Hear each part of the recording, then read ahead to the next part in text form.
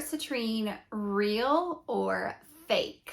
Today, I'm going to teach you how to spot the most common fakes of citrine that I see on the market.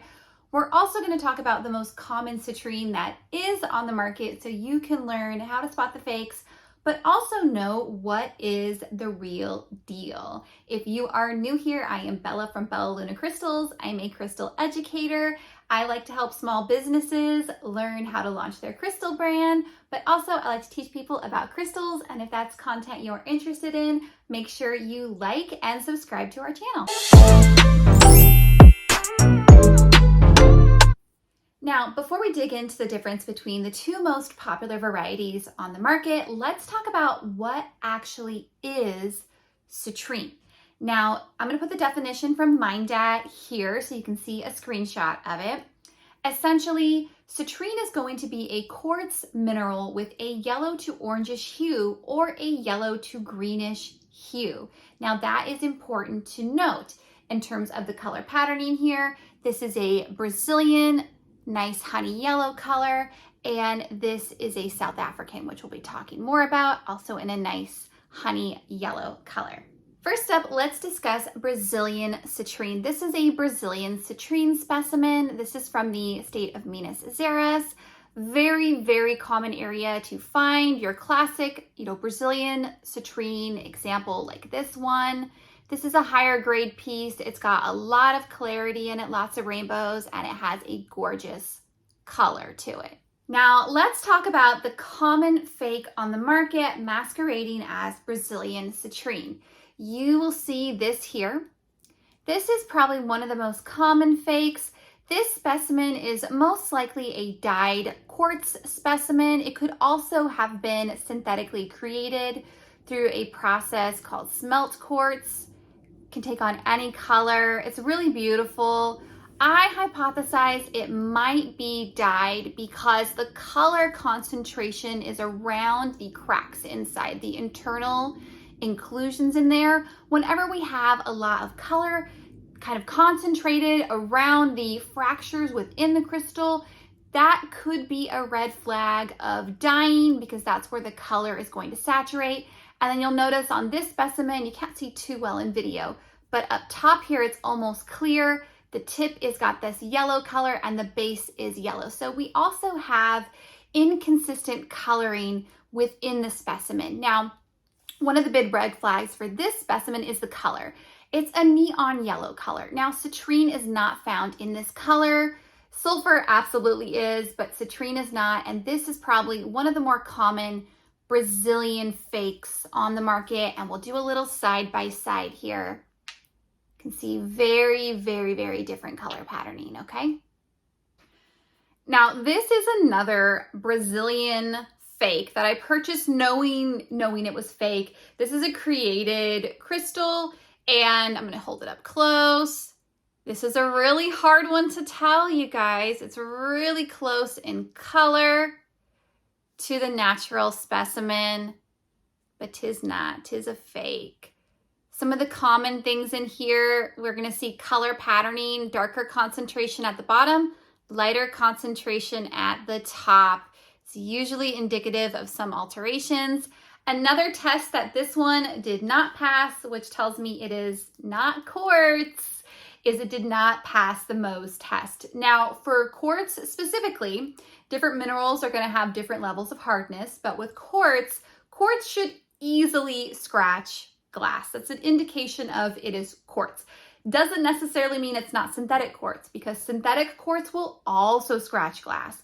But it does help you determine if it is masquerading as citrine, but it's not a quartz mineral or it's something else. You can get a small glass plate, and if it is quartz, it should easily scratch the plate. If it doesn't, it's something else. And then you know it's not citrine. So you can always do a little Mohs test. I'll put a link to a little Mohs test kit where you can test quartz, but also other minerals. It does come with some copper, a steel nail, and a little magnifying glass. That's pretty useless, but the glass plate and the tile it comes with are awesome. Now, the next most common variety of citrine that is on the market is South African citrine. It also is called The Kundalini citrine has this growth pattern here. It can form in some kind of clustery shapes, but a lot of the pieces are sold as singles, like this one here. Nice faint yellow color. But it can also be, I've got a darker sample here for you. It can also be a little bit darker too. So the Kundalini can be a little bit more orangish. This is more of a pale yellow specimen. So Kundalini is another example of citrine. Now, a lot of you might be familiar with these guys. This is probably the #1 most deceptive crystal selling practice. I think it's deceptive. Now, these cluster formations, if you're new to the crystal world, you may have seen these sold as citrine themselves, okay?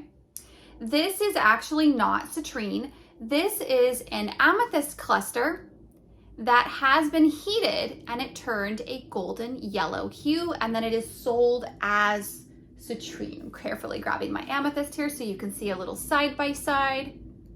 You guys see the similarities? Now, some people argue that, well, in the earth, doesn't amethyst turn into citrine? Not all, and we can't conclusively say that yet. What we do know is a lot of amethyst specimens, when you heat them, will turn this golden yellow color, but not all. Let me show you.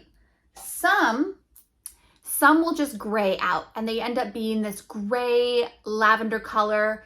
This is a lower grade specimen. These are often put into those children's mineral bags you see at fairs where it's a bunch of minerals and some dirt and the kids get to, mix in the water and get them out. Those are not for collectors. They're designed for the experience. And that's exactly where this came from.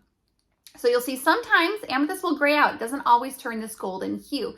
So this is not citrine. This is heated amethyst. Now, I know some of you are going to say, but doesn't citrine come in clusters? I've been seeing these citrine clusters on the market. And the answer is yes.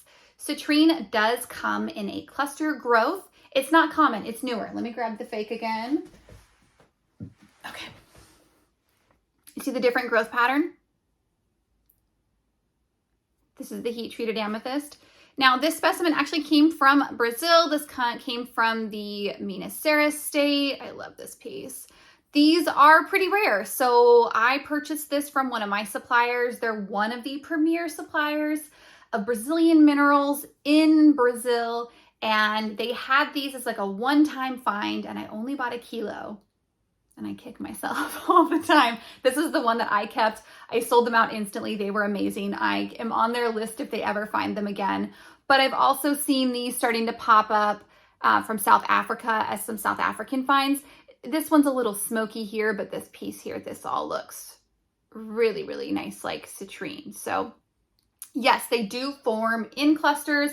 These are super rare. We do find clusters out of South Africa and out of Brazil. These are still from Minas, from the Corinto area, and they're a little cloudier than the more common citrine we see out of Brazil, but some pieces have some really good clarity. Let me grab my other one. This is kind of the classic. You see the difference in clarity? And they're actually quite affordable. I've been able to get some from my shop and my customers love them. So if you see it, it sells well. And they're really, really pretty. And they're not as clear, right? So you're paying more money because clarity is a component of cost. But if you're into the metaphysical properties, it still works the same. So I'm really loving these specimens. Some of them are really juicy. They're really beautiful. And these are also coming from the Minas state as well. So I hope that gives you some clarity into the difference between our altered or deceptive citrine and the real citrine. If this video helped you out, please go ahead and like this video, subscribe to my channel. It really helps it grow, and I hope you all have a great day.